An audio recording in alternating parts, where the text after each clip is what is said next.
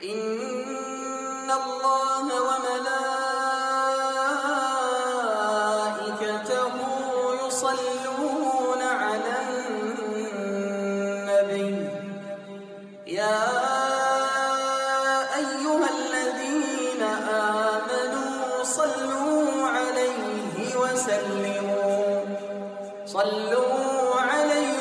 sallimu taslima.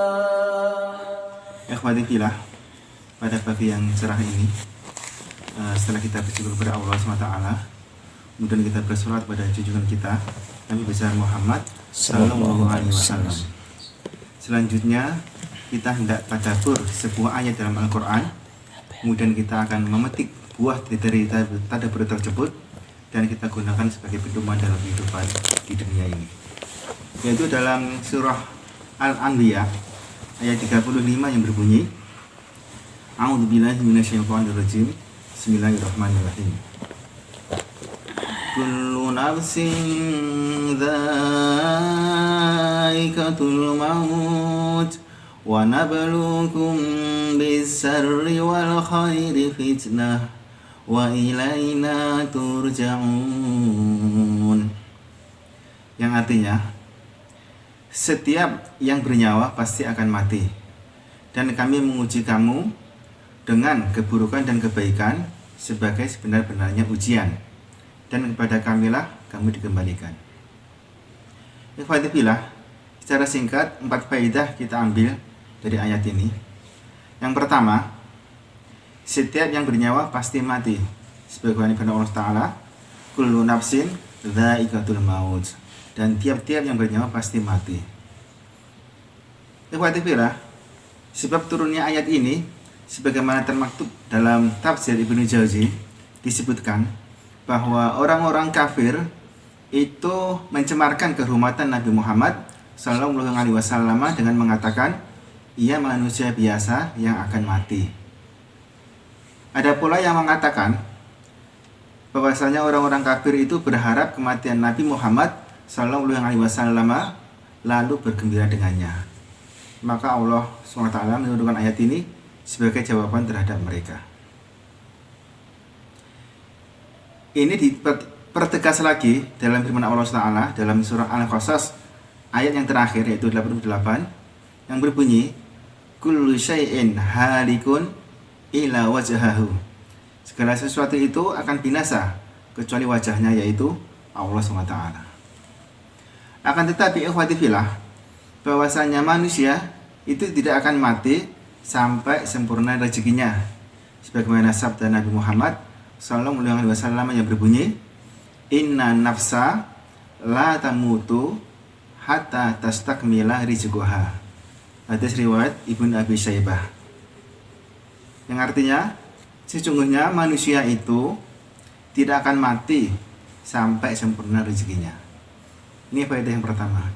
Kemudian faedah yang kedua, dunia adalah tempat ujian, sebagaimana firman Allah Ta'ala, wa nabluukum bis-sarri wal khairi fitnah, dan kami menguji kamu dengan keburukan dan kebaikan sebagai sebenar-benarnya ujian. Ikhwati fillah, manusia pasti memiliki 8 baju yang berbeda-beda, ya. Memiliki pakaian 8 yang berbeda-beda.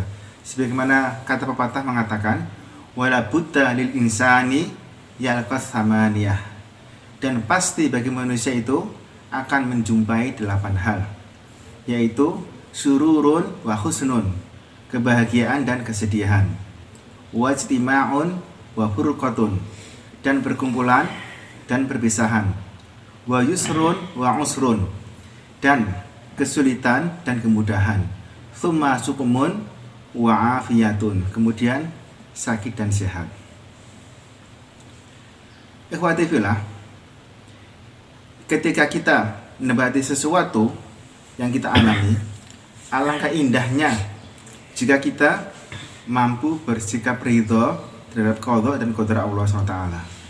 Sebagaimana motivasi terbesar dari Nabi Muhammad SAW itu yang berbunyi, wa inna allaha idza ahabba qauman ibtalahum, Dan sesungguhnya Allah Ta'ala jika mencintai suatu kaum, maka Allah menguji mereka. Faman rodiya falahu ridho, waman sakhita falahu sukhto. Maka barang siapa yang ridho, baginya keridhaan Allah, dan barang siapa yang murka, maka baginya kemurkaan Allah SWT. Hadis riwayat At-Tirmidzi dan derajatnya hasan. Kefatilah, selanjutnya faedah yang ketiga, yaitu untuk apa ujian di dunia ini? Sebagaimana termaktub dalam tafsir atau bari disebutkan, linang zura kaifa syukruhum fima yuhibbun wa kaifa sabaruhum fima yukrahun, yaitu agar kami melihat bagaimana syukur mereka terhadap apa-apa yang disukai dan bagaimana kesabaran mereka terhadap apa-apa yang dibenci.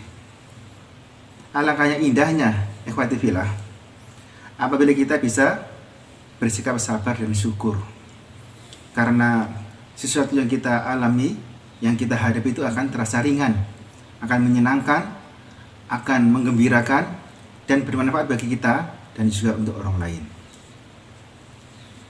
Yang terakhir, faedah yang keempat, sebagaimana dalam akhir ayat ini disebutkan, wa ilaina turja'un, dan kepada kamilah kamu dikembalikan.